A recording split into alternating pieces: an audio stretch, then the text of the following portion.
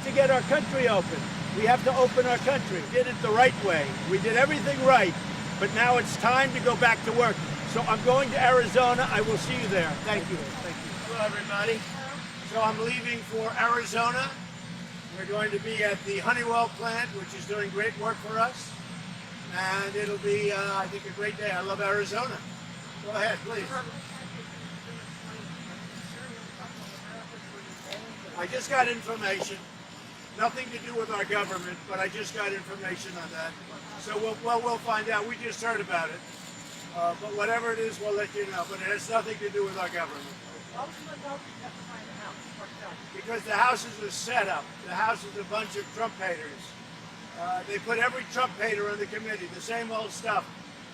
They frankly want our situation to be unsuccessful, which means death. And our situation is going to be very successful. The House has put on a committee, an oversight committee of Maxine Waters and Maloney and the same people, and it's just a setup. But Dr. Fauci will be testifying in front of the Senate, and he looks forward to doing that. But the House, I will tell you, the House, they should be ashamed of themselves. And frankly, the Democrats should be ashamed, because they don't want us to succeed. They want us to fail so they can win an election, which they're not going to win. But they want us to think of it.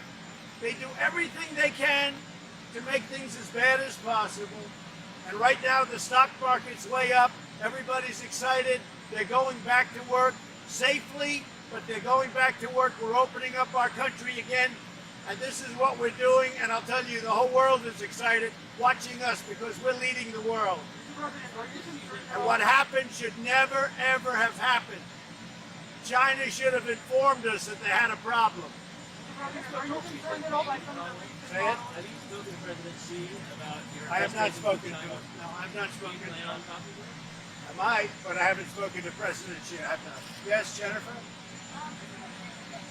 York Times numbers are about the virus increasing are wrong. What are your... Well, it's a report, and that's a report with no mitigation.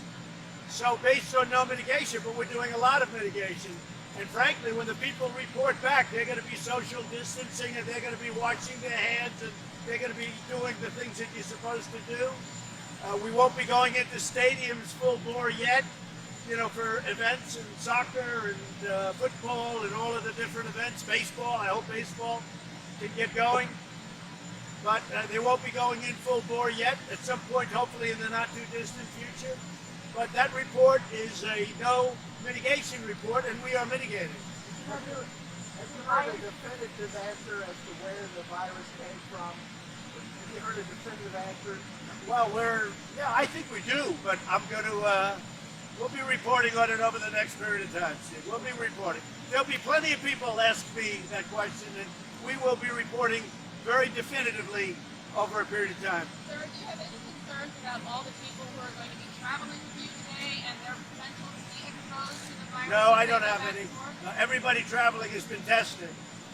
We have great testing, and literally they've been tested over the last hour. And the test result comes back in 5 minutes. We have great testing, or they wouldn't be allowed to travel with me. I mean, I would, it's not my choice. It's a very strong group of people that want to make sure they are tested, including Secret Service. So they're all tested. Everybody traveling on the plane. The only question I can't answer, has the press been tested?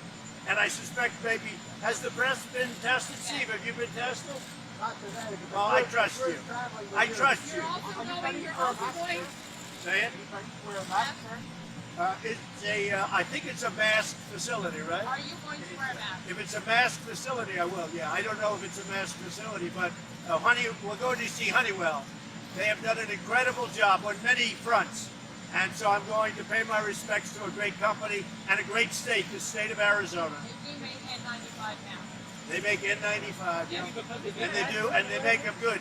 They don't make the ones that don't work, like we got sent from certain other countries. No, like other people got sent from other countries. We're making massive numbers of masks. We're making our ventilators. We have the best testing anywhere in the world, not even close.